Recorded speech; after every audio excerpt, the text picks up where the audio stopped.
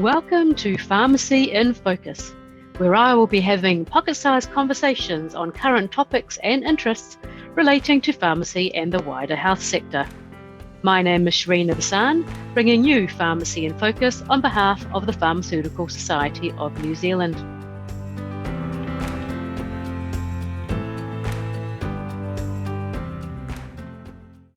Hello and welcome to episode 5 of Pharmacy in Focus. Today I have Quincy Liu with us. Quincy is currently the Head of Market Access at GSK New Zealand. His job is to bring innovative medicines to New Zealand and involves assessing the commercial feasibility of new medicines, preparing funding applications for new medicines, and commercial contracting with PHARMAC. Quincy is also a practicing pharmacist in Auckland and co-owns community pharmacies with his wife Anna. Quincy and Anna have 2 children, Julia, who is 9, and Marcus, who is 7, and they also have a Corgi called Bobby. Welcome, Quincy. Oh, thank you, Sharina. How are you?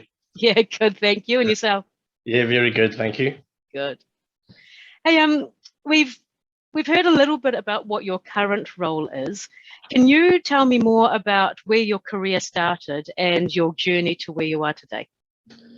Yeah, so I think my career started,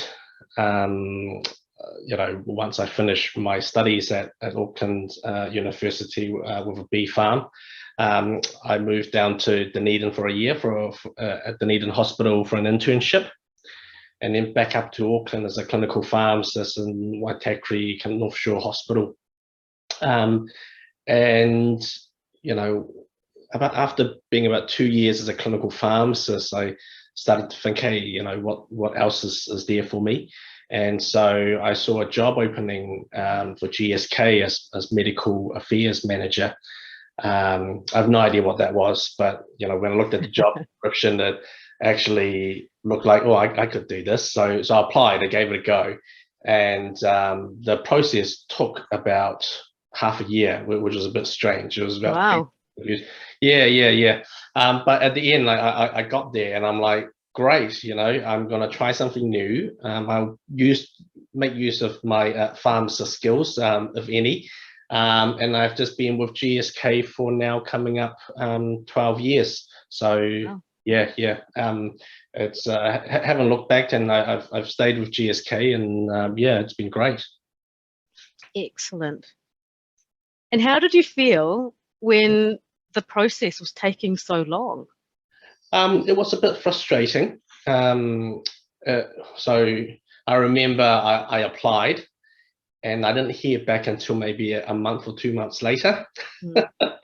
and then when by the time they rang me up and say, hey, Quincy, I want to interview you and etc. I was like, who's this? But look, sometimes with corporate jobs, things are not as quick as one would like it to, and you just have to wait and wait for the right opportunity at times. It didn't stop me applying for other jobs and continuing with my job at the hospital, for example. It was one of those moments where you saw an opportunity, you gave it a try, and you're not sure whether it comes through or not, but you keep working through. Definitely. And speaking of your move from a hospital-based role into GSK, what led you to want to apply for that role? At that time I was quite ambitious. I love clinical pharmacy. I love working in the hospital and working with the doctors and going on the rounds with them. But I also felt, hey, is there a job that could be a bit more fun? Maybe a global job that can take me. I can get to travel a bit. I wasn't too worried or concerned about pay. I was more, I think, thinking about, hey, is there a better experience outside what I have? And don't get me wrong, I love the environment I was in. It was just a question of starting to, and I think most people get this after about 2 or 3 years in the job where they think about, hey, is there something better, or is there something that I can try and learn and accelerate myself? And so that's what kind of started me looking a little bit. Great. And now that we know what led you to potentially work at a pharmaceutical company, so we know that you're ambitious, you were looking for something a little bit different, and now you've been there for 12 years and you're the head of market access in New Zealand. Can you tell me a bit about what your typical day looks like now? My typical day, there is no typical day, because every day is different. Every day, and then I would say it would be similar to a pharmacy setting. Every patient that comes through your door is going to be a bit different, and it's the same situation. In my current role, it's definitely not Groundhog Day. Every day is different. So one day I may get a complaint on a medicine. Another day I may have to think about recalling a medicine because of certain issues. At the moment, what we're dealing with is supply issues, mainly due to COVID. So, and then that's a supply and getting medicines into New Zealand side of things. And then on top of that, we have to work with PHARMAC. I have to review drugs. I have to bring, get into these commercial meetings and discussions. So my days are pretty filled with actually a lot of meetings. So if you want to know what a day looks like, there's probably 80% meetings. 80% working with people, sharing ideas, making sure, projects and things are moving ahead. And then that leaves a really, really sad kind of 20% that's doing work. And you find yourself, oh, look, I've got a lot of work to do. But I suppose in my job and my role at the moment, people are the most important things, and or parts of the business, and leadership and being there for everyone is that takes priority. And sometimes I just have to suck it up and work into the night, because that 20% never quite enough. So one of those things that typical day. Now of course I don't go into the office at all. Maybe once a week or once every 2 weeks I would go into the office. So my day is now at home. I have to look after Bobby as well. So other things that's going on, and you're trying to juggle work life. And one of my previous bosses talked about a work life balance, and it's not really a balance. What you're trying to do is, especially in these COVID times, is a work-life merge, where actually you need to incorporate your work into your daily life, or your daily life into your work. I mean, it is an absolute merge, and now after about 2 years of it, it's gone into a new routine. It's a very good way of putting it, a work-life merge. Because you can't always balance things 50-50 or however you need to. Things are always going to pop up, right? Absolutely. And, just say this morning it was breakfast, kids to school, rush. And then I'm, now sitting down in the interview with you, and then I've got my kind of day planned out in terms of the meetings that I'm going to have. And of course, we need to plan, hey, what's going on for next week? What presentations do I need to give? What big meetings, and which big boss am I going to meet within GSK that I need to really prepare for and know my stuff. So all these things, of course, come into it, and being organized is one aspect, but I think the key aspect in my role in pharma, a lot of it is about prioritization. Because things just keep coming at you, not non-stop. And as soon as you think you finished a project or finished that piece of work, there'll be 2 others that come in. So it's about taking a step back and saying, okay, this is important now. This may be important later. And then thinking about, actually, this, can I delegate it to somebody else? And this other one, hey, look, have to unfortunately say no until I've got more resourcing. So yeah, really have to kind of think about that priority and what's important, now and probably in the long term, and those are the ones that you absolutely need to focus on. And that's really good to hear as well, because there is always something else that's coming up, and as you say, you know, when you're working at home and if you've got other things that you need to try and work around or with, as the case may be, then you know, there's a lot to fit into that 20% of work time where you're not in meetings, right? Absolutely. And remember, when you have this work-life merge as well, the problems that come at you may not just be work problems. It could be family, your own problems, and you need to also make time for those as well. So it becomes, you know, and suddenly that list just got a little bit longer. But I think it's still manageable. I mean, I'm still here. I'm still, you know, not declared insane. So I must be doing something right. Now we've talked a bit about the work-life merge and the amount of time that you're spending in meetings. What would you say are some of the biggest challenges you have faced so far in your career? I think the biggest challenge that I've faced in my career is around stepping up. It's about career progression, because there's no right or wrong answers. As much as we like, you know, situations to be binary, either yes or no, you know, right or wrong. When it comes to career and progression, there's no such thing. And what I mean by that is, as I kind of progress through my career in GSK, there have been opportunities that, you know, I've got shoulder tapped to, hey, take on this particular project or this particular job. And, you know, you may not, or I may not have seen, hey, what would be the outcome of it or the end result of it.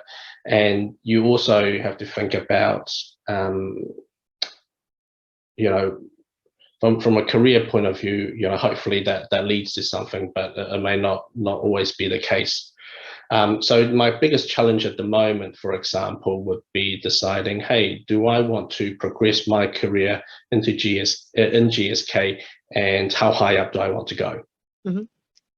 So I'm already on the leadership team for the New Zealand business. So my next step actually is thinking about international roles, whether it's, you know, Singapore, Australia, regional, or global, which is probably more in the UK as well. So now, at this point in time, when you get to, I think, around this level, it is a little bit about your own decisions and saying, hey, do I want to do that now? Do I want to do that later? Or do I want to do it at all in terms of taking on these international roles and assignments? And, you know, and then you also have to think, hey, then what happens afterwards? Just say I do 2 years, okay? Does that mean I come back and what's the future? Do I take my kids with me, etc.? So there's a lot to think about, and I think that's, to me, you know, my day-to-day job is actually quite, I know, filled with problem solving and getting on with the work. But the challenge for me at the moment, it is about, hey, what's my next move? What do I need to think about? How do I progress, and what does the long term actually look like? Because it's not as straightforward as, yep, I'm taking a job and I'm going, and you don't know what's going to happen. Well, not that I need to know exactly what happens 5 years later, but it's in the best interest for for me, and especially now, now that I've got a family, is it in the best interest for my family? So I would say that's my biggest challenge, and I've been mulling over this for the last 3 years, and I still don't have an answer, and I'm still at the same job that I am, and it's not a bad thing. It's just, I suppose now I've kind of come to terms with it, and I said, look, I'm not ready to make that decision yet. But that doesn't mean I stop thinking about it and wondering and learning and deciding, hey, what's my best next move? So the opportunities are potentially there for you if you decide, actually, this is something that I want to do in the next few years. Yeah, but these opportunities you have to pursue. So, for example, you can't just expect one of the bosses to come to you and say, hey, Quincy, I want you, on this job. You have to network, you have to make your ambition known, you have to talk to the right people. And that takes, of course, time and effort. And we've, that's something that when I'm ready, I suppose I'll start doing. But there's a lot of preparation work for a career or a job move. So, starting my job at GSK, I think that was quite simple. You hand in a CV and you wait for a phone call and you get an interview, right? But where you're within a big organization and you're trying to move up, actually it's a little bit more difficult. It's a little bit more challenging, especially with big corporates. Then it is about networking, stakeholders, engagement, and making your ambition known. And for good companies, they'll see you and they'll recognize you and they'll say, okay, what are the plans? Let's work it out. So I've already had quite a few conversations as such. And yeah, well, like I said, and I'm upfront and honest in terms of where I am in life and when I want to progress. So being honest to yourself about the career progression and where you want to see your company take you is actually quite important. So you do need to know a little bit more about yourself and what your actual needs are. Yeah, because some of the other questions they ask is, hey, is it for the money? Is it for the prestige of you've got a bigger title? Is it about experience or the things that you learn? And so you have to decide what it is that's for you. I mean, for me, money is a byproduct. I'm actually after the experience and what I can learn, and hopefully, what I can bring back. And it's about kind of starting to look at what kind of jobs I may like, or who I may want to work with, etc. As I kind of probably come to a decision in another 1 or 2 years' time. Excellent. Thank you for that insight. So we've talked about some of the challenges. You've also mentioned being in a corporate space, which is probably quite different from a lot of people that will be listening to this episode, and how that career progression can come about, which might be different from the environment some people are in right now. I think there's a bit of difference. Well, there's obvious difference between corporates and pharmacists, working community or hospital pharmacy, which is the majority of people that might be listening to this. But I think there's also some similarities in terms of how you prepare for progressing your career. I think there's a lot of overlap in terms of the way you need to think and the way you need to advance yourself. So, for example, I mentioned, hey, you really need to know what you want. Because, I've been on the other end as an employer, hiring pharmacists. And there's nothing, I think, more frustrating from that other side when it's not quite clear what that pharmacist wants, or if that pharmacist is only just say, or that doesn't need to be a pharmacist, could be a technician or retail assistant. But if that employee, is have multiple issues that they haven't kind of sorted out and thought through yet. So being clear about yourself and your situation and where you want to be will really help that movement or that progression. And the other piece is, if you, I think, for people that's in their current job and they want to either step up in a management position or they want to move on to a leadership position, then it's about, hey, how are you preparing yourself for those roles? And it's not a bam, because I've worked in a job for 2 years, I know exactly what that leadership role may look like. Actually, it could look completely different, and it is about talking to the right people, networking a little bit, and getting those insights. So you still need to prepare yourself for those changes or the moves that you're planning. Great advice. So after discussing some of these challenges and what you need to think about for yourself before making any moves, what would you say is your biggest accomplishment to date?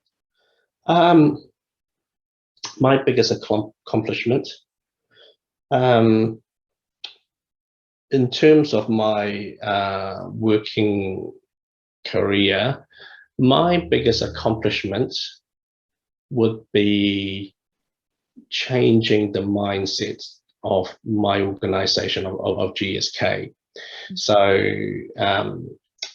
and the foot that comes, or the accomplishment that comes to mind, I mean, there's quite a few, but I think where things turned around for me was when I got a role that I wanted, which is looking after the off-patent products.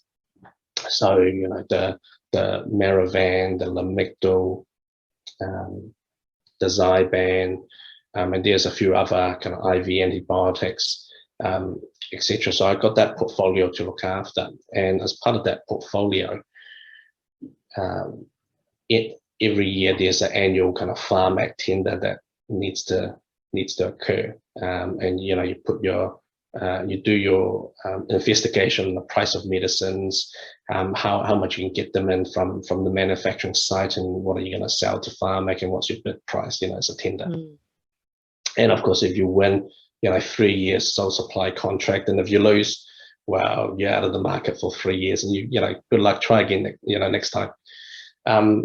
And we've had our businesses, our GSK business for these products haven't been very successful at all with these tenders. And so when I took on the job, of course, I knew nothing about it. They actually just threw me on the deep end because my manager went on maternity leave, and I'm there going, what I do. Anyway, so I start to look at things in a different light. Okay, so this is the price that the manufacturing plant is quoting me. Can I get it any cheaper? Can I look at the pack size, the color of the pack? Can I look at other things that can reduce costs so I can have a better bid price? Can I look at actually what my bundling or my pricing strategy is going to be, and what kind of margins we want to look at? So I remember I've done all this work and homework, and I put my bids in and I submitted. And I can tell you I was very unsuccessful. So about 7 products, I didn't win any of them. so that was year one. And I was going, I was shocked. I was like, I thought that if I worked really hard and did all the right things, I'll be right. Okay. So that's a failure. But I think that's where accomplishments comes in. Because accomplishments is when you have failed and you've overcome it. So my biggest accomplishment is actually the next year the tender was even bigger. So these are products like Augmentin, Oh wow, yep. antibiotic tablets that we haven't had in the market for a good 6 years or so, because the generic companies, they had very, very strong pricing. And that's when actually winning that, getting Augmentin tablets back into the New Zealand market, along with a few others as well in the next year, was an absolute amazing accomplishment, because it turned things around for our business and how we view tenders, and that actually we can win, and we did win.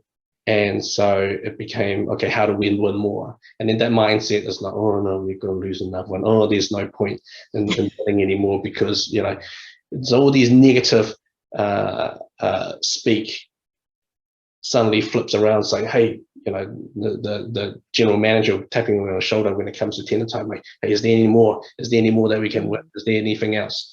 And I suppose that's, for me, that's the accomplishment, not only for myself because I overcame a failure, but also changing the tone of the business for these tenders.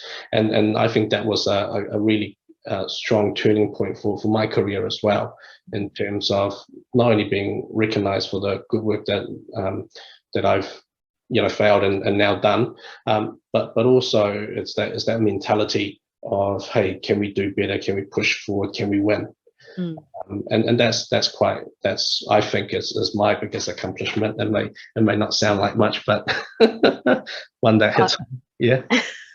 Well, it obviously took a lot of time and effort, and as you say, homework when you first came into that role, and learning what the role was, because your manager wasn't necessarily there to give as much support as they would have otherwise, and then trying to figure it out, and it's it's never easy to, I guess, lose, if you want to put it that way, or fail, and you're in a big corporate pharma company, and there's a lot riding on it, so to have overcome that, and obviously have some support, not have to fear losing your job because you lost some tenders, but to be able to, as you say, flip it around and start winning as well.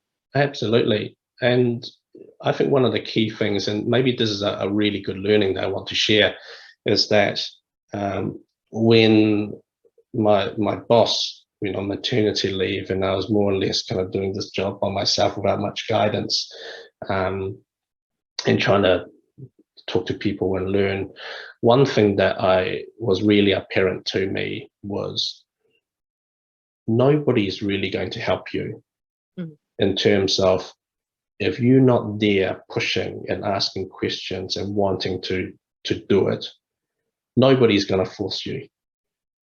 Nobody's going to, hey, Quincy, when's that tender coming up? Nobody's going to say, hey, Quincy, have you done this, or that? It's about, do you do it? Do you have enough motivation, or do you care about your job enough to actually, or are you accountable enough? And that's a word I like to use. Are you accountable enough to just get on with it? And you may not know where to start. And I had no idea. I had no idea where to start. But you need to start somewhere. And one thing that, when on reflection, after I failed and became a little bit more successful with that win, it was very apparent. Actually, everybody has their own job and the things that they need to look at. So nobody's going to babysit you, whether you're junior or whether you're senior in the organization. So do you take accountability and then say, hey, look, I don't know this, but I need to learn it.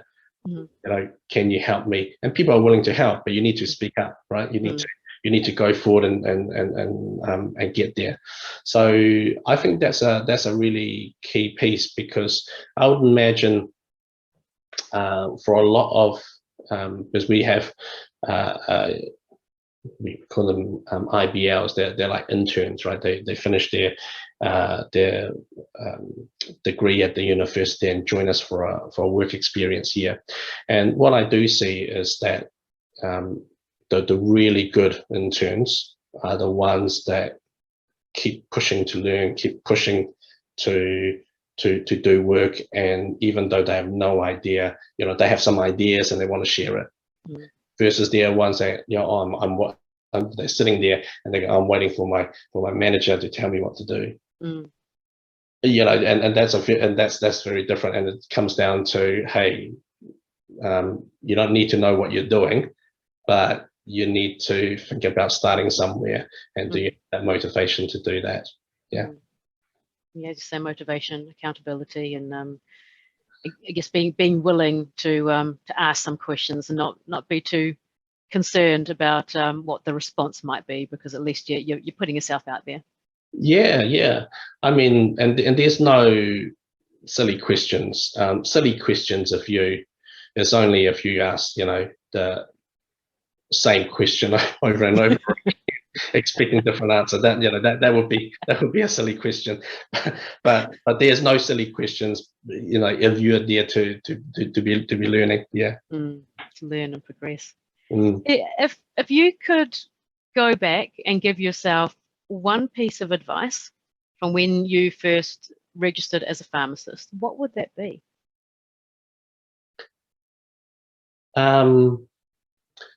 My one piece of advice actually is the same advice that I followed, but I could have done it a bit sooner, I think, and that is to explore all your options. And why I say explore your options is and this is my observation, a lot of my friends, colleagues, and people I know that are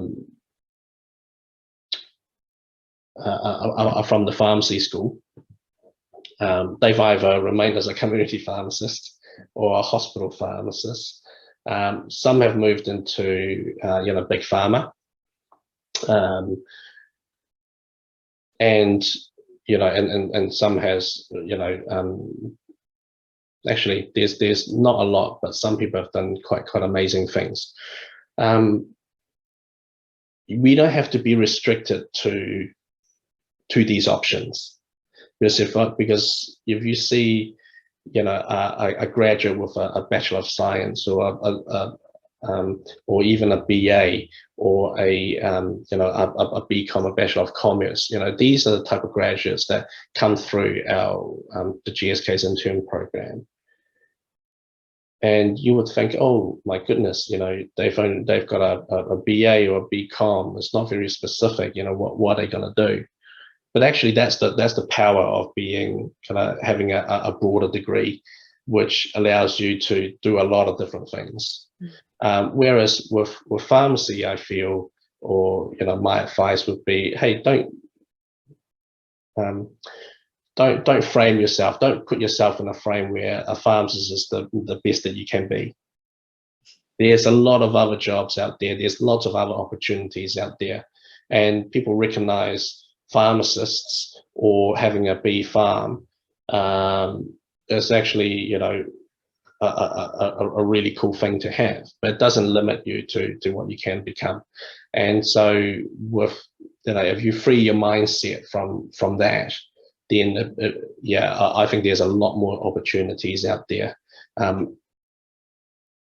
I think pharmacy has a lot of self-limiting beliefs within the pharmacy profession itself, and being a pharmacist it comes with a degree, but it doesn't need to be like that. And one thing I'm very glad, I suppose, is when I looked at opportunities at GSK, and even within GSK there's other aspects, other roles and jobs. I've tried a lot of different ones within GSK, and that's going to help me. I don't have to just think about, hey, I'm a pharmacist, I'm probably more clinical and I need to do clinical stuff. Actually, I want to do business and I want to be a businessman.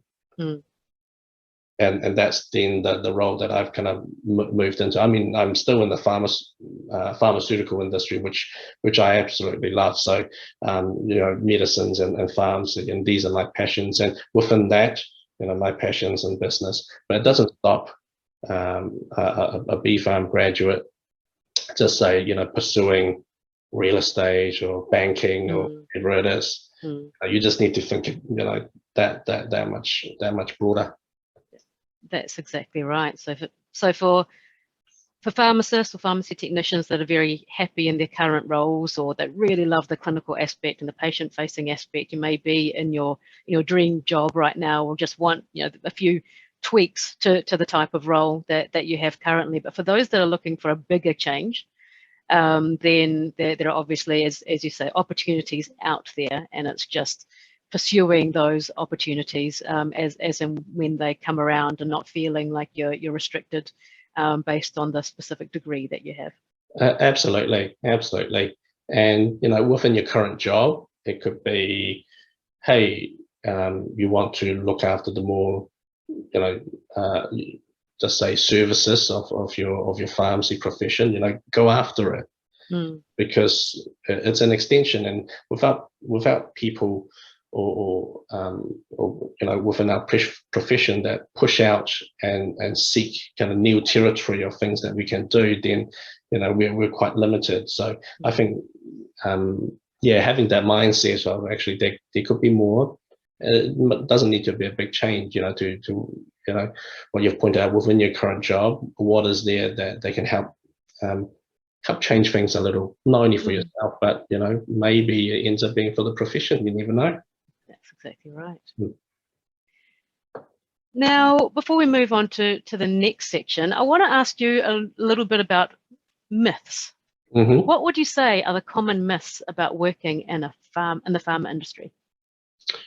I think the biggest myth is that it's all about profits. It's all about the money. Big bad pharma, right? And they don't care about patients. They don't care about health outcomes. They care about how much money that they can bring in. And I think that is the biggest myth. And if just say GSK behave like that, I'll be out of there in an instant, because it needs to align with my values as well. That's an absolute myth.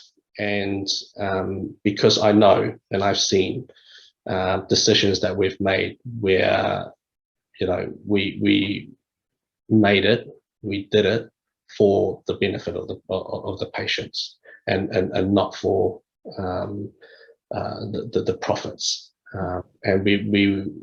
And it's one of those things where, how do I put it?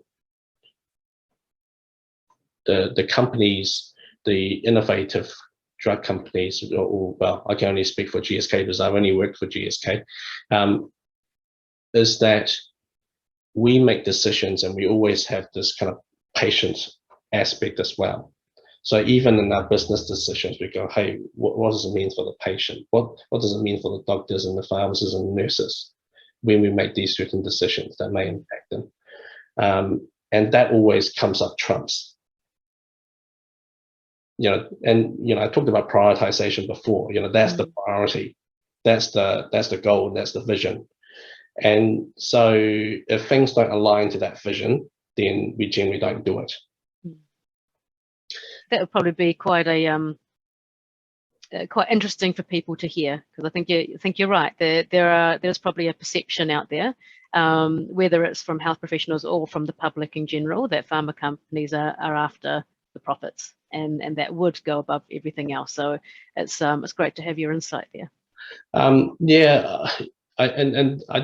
mean, it's a quite ingrained kind of myth or feeling towards drug companies, and so in situations it's actually very difficult to engage with healthcare professionals, pharmacists, doctors, because they think, hey, you're only after the money. No, I think what we are about as an innovative medicines company is all about expanding the science and the education as well, because there's no point having a new drug and nobody knows about it. Right? That's You have exactly this right. new drug that saves lives, but nobody knows about it. Then how is it going to be used? Is it just going to sit on the shelf and expire? Mm. Does the decisions makers like PHARMAC, do they know how to implement it so that the right people get access to the medicine? So we never just think about, hey, we sell it and we're done. It's actually we look at it in its entirety, and so I think it's that next level of thinking when you want to understand more about the pharmaceutical industry. It needs to align with your values if you're wanting to pursue work there, but it also needs to, how do I put this? Yeah, I think there needs to be a deeper understanding of actually we could be really good partners, and we have shown ourselves to be good partners to New Zealand healthcare with not only our vaccinations but our products as well, and it's all through education and helping access. Great. Now let's move on to looking at the skill sets that are needed. What skills do you think are required to move into a particular, or I guess your roles at a pharma company? Skill sets. I think you need to be flexible, and that's you need to be flexible, and you need to be disciplined. So I'll elaborate on flexible. So there's the job at GSK at the pharma business is working with people, and the person that comes in and say, no, it needs to be done this way, and it's only that way, and that's the only right way, it's not going to get very far. Let's be absolutely honest. And I would expect that type of person won't get very far in a lot of different jobs, not just there. Flexibility is about thinking outside the circle, but is about including other people in your decision as well. And that, I think, is the key skill, where that flexibility in thinking is not just about me and what I want and how I want it done. That flexibility is about taking other people's point of views and experience into account and saying, okay, let's move forward now that I've considered everything, and everybody will then feel, hey, let's move together. Sure. So that flexibility in thinking is kind of encompasses all those different aspects. The second point is about discipline, and what I mean by discipline is in the pharma industry, what we're talking about, there's lots of rules. Lots and lots of rules. You think the SOPs within a pharmacy is bad, the SOPs in a pharma company, oh my goodness. So, and because things are really strict, not from a because of that patient health and that and the patient consideration, we can't be seen to how do I put it? We can't be seen to be putting the patients or the end users' kind of well-being at risk, and we never will, and we never should. But it's about making sure that is very black and white, and all the SOPs and all the trainings and everything that's there. Okay, we have write right, we have speak right, we have everything that you need to do. And the discipline aspect is actually really important, and this is something that I've actually taken for my own businesses as well. So it's not just applicable to big pharma, but probably more so in big pharma. Discipline in terms of kind of your learning, making sure you're up to date. There may be law changes. There may be, we have a Medicines New Zealand Code of Ethics, changes in that, how we market, how we sell our product, how we conduct ourselves. These are all requiring discipline. And if you are not able to manage yourself, manage your time, manage your ability to know what the rules are in terms of your behavior and your values, then, that could be a problem. Yeah. And discipline also comes down to knowing and understanding yourself. So if you don't know yourself or understand yourself and how you behave or why you behave a certain way, then you're going to run into trouble later on, especially the higher up you go. And within an organization. So because at my, I suppose, level, I have to demonstrate the right values and the right disciplines. We call it compliance and governance. So these are all these things that, I not only need to talk the talk, I need to walk the walk. Yeah. So absolutely crucial part of the pharma drug industry. Great. And I just want to pick up on that point you made about knowing yourself. So yourself and your values, and I guess how you portray yourself potentially. How would you suggest listeners go about that if they, because some people aren't aware, right? They need to do a little bit more self-reflection on who they are and what their values are and how they may fit into a specific environment. Do you have any comments on that? Yeah, it's about taking feedback. It's about questioning what you do, and it comes down to maturity and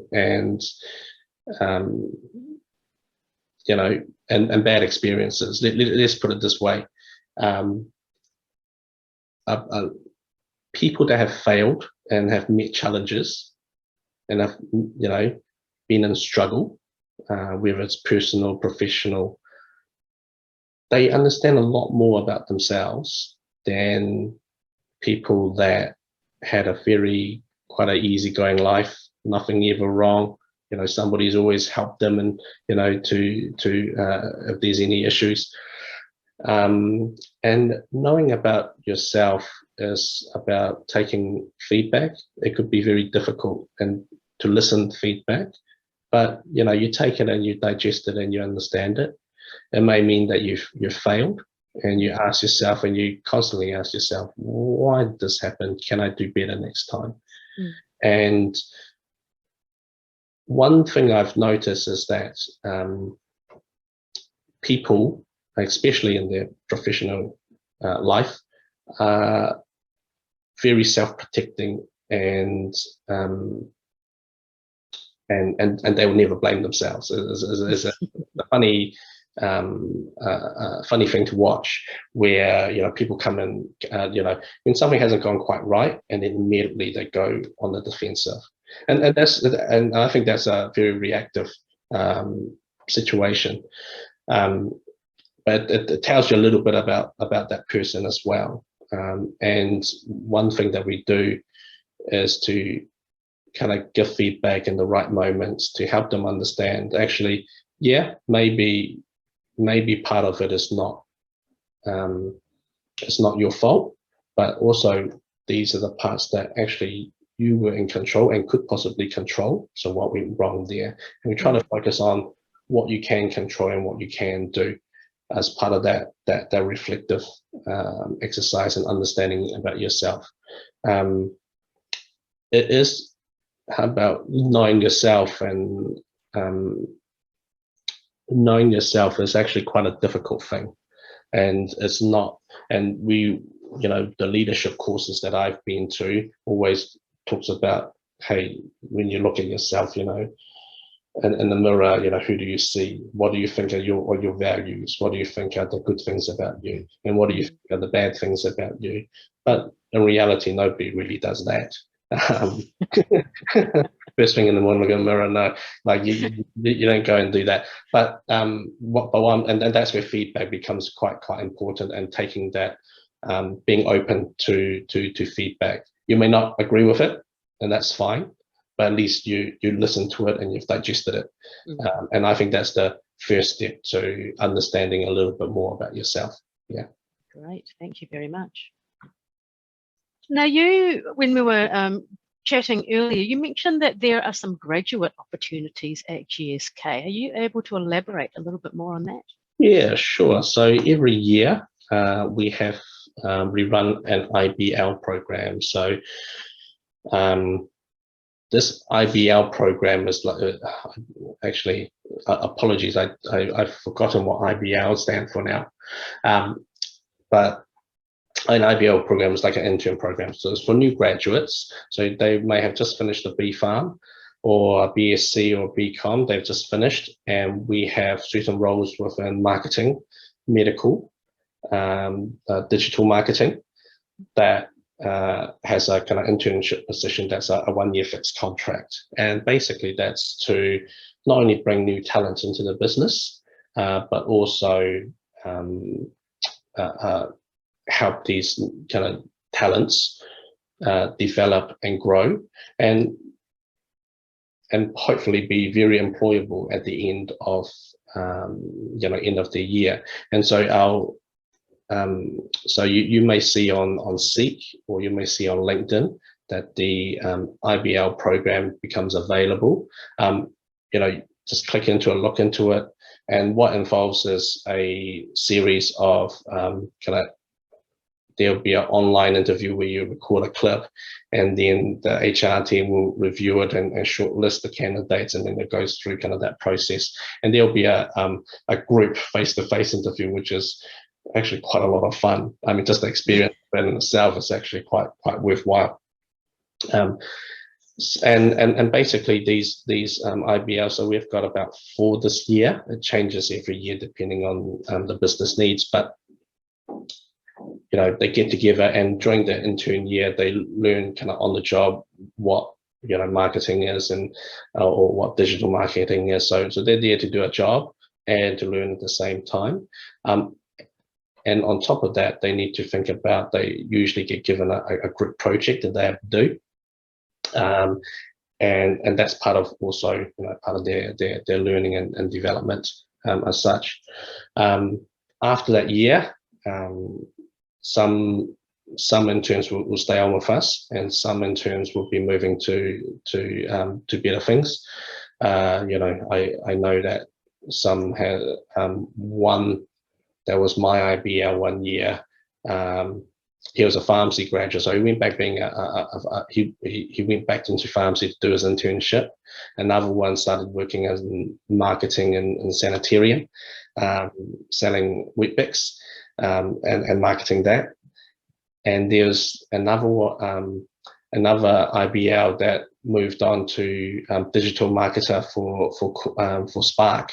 So the range of jobs, etc., is quite impressive.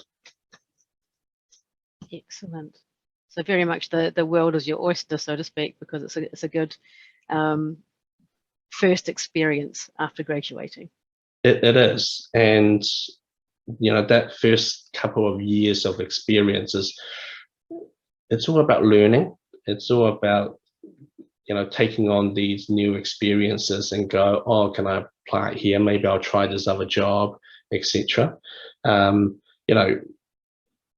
I think a good 50%, 60% of them actually leave the drug industry to do other things that's in the business world. And that's why I mentioned, the applicants may not actually be pharmacy students. Actually, we don't have enough pharmacy students, which is applicants, which is a bit disappointing. So it's mainly coming from BCom and BSc at the moment. Yeah. Well, there you go for any listeners out there that are new graduates. Keep an eye out, because there may be an opportunity there for you. Yeah. Oh, absolutely. And I think,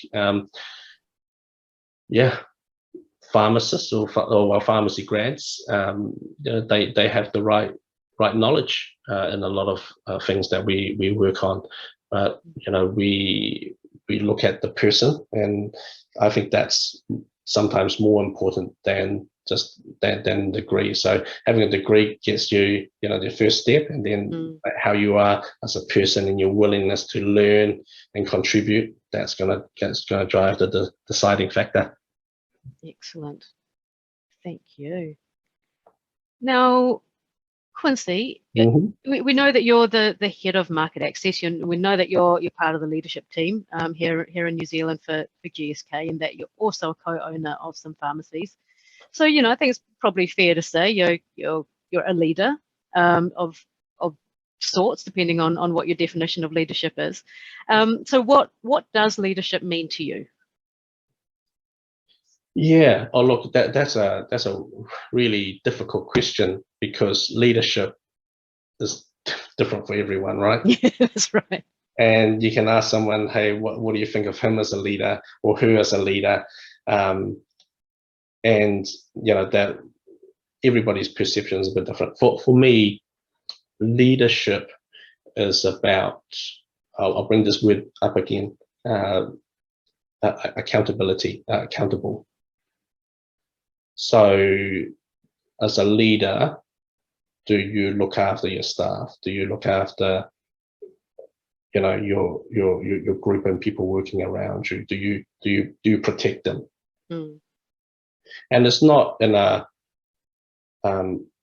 way, in a way that's overbearing and micromanaging. It's not that. What I mean by that leadership, do you protect? It's about, do you, when something happens, are you dependable? Right? And some things always happen, and you have to ask yourself, is that person reliable, dependable? Is that person going to be there? And that's, I think, one of the key aspects of leadership. The other aspect is, I think, comes into nurturing and growth. So is that leader, or is that person actually helping you succeed?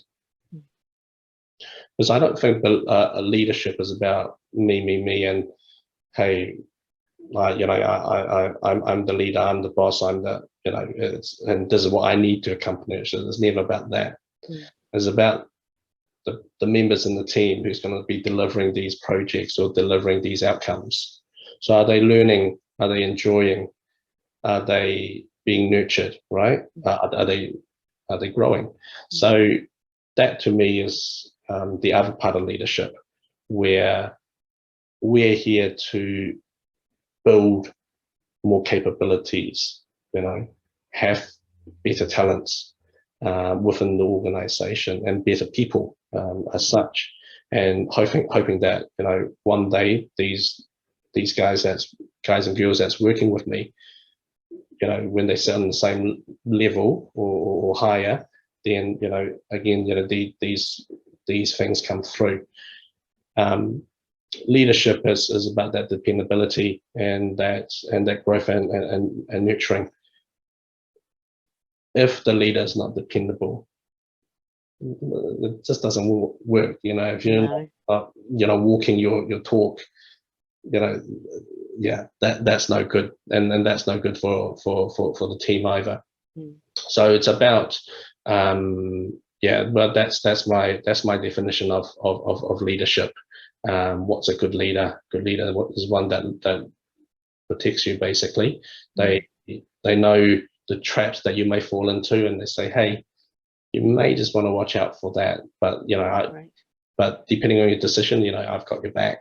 And and it's important for, I think, young people in particular, to feel that they're here, they're learning, and sometimes mistakes happen. As long as they take accountability to a certain extent, the leader's got their back. So yeah, I think that's quite important. Great, thank you very much. Now we're nearing the end of our time here, so I just want to end on a personal question. Yeah, sure. If you could travel anywhere, where would that be and why? If I can travel anywhere, where would that be and why? That's a tough one. Actually, the place I want to travel to at this point in time is the UK and London. So my sister and her family is there at the moment, and because of COVID, we haven't been able to see them. And her kids are the same age as mine. And look, being a immigrant from Hong Kong, I didn't get a chance to play with my cousins. get a chance to be with the extended family. And it's always been something that I want my kids, to have cousins, to have a wider extended family to play with. So I think for me,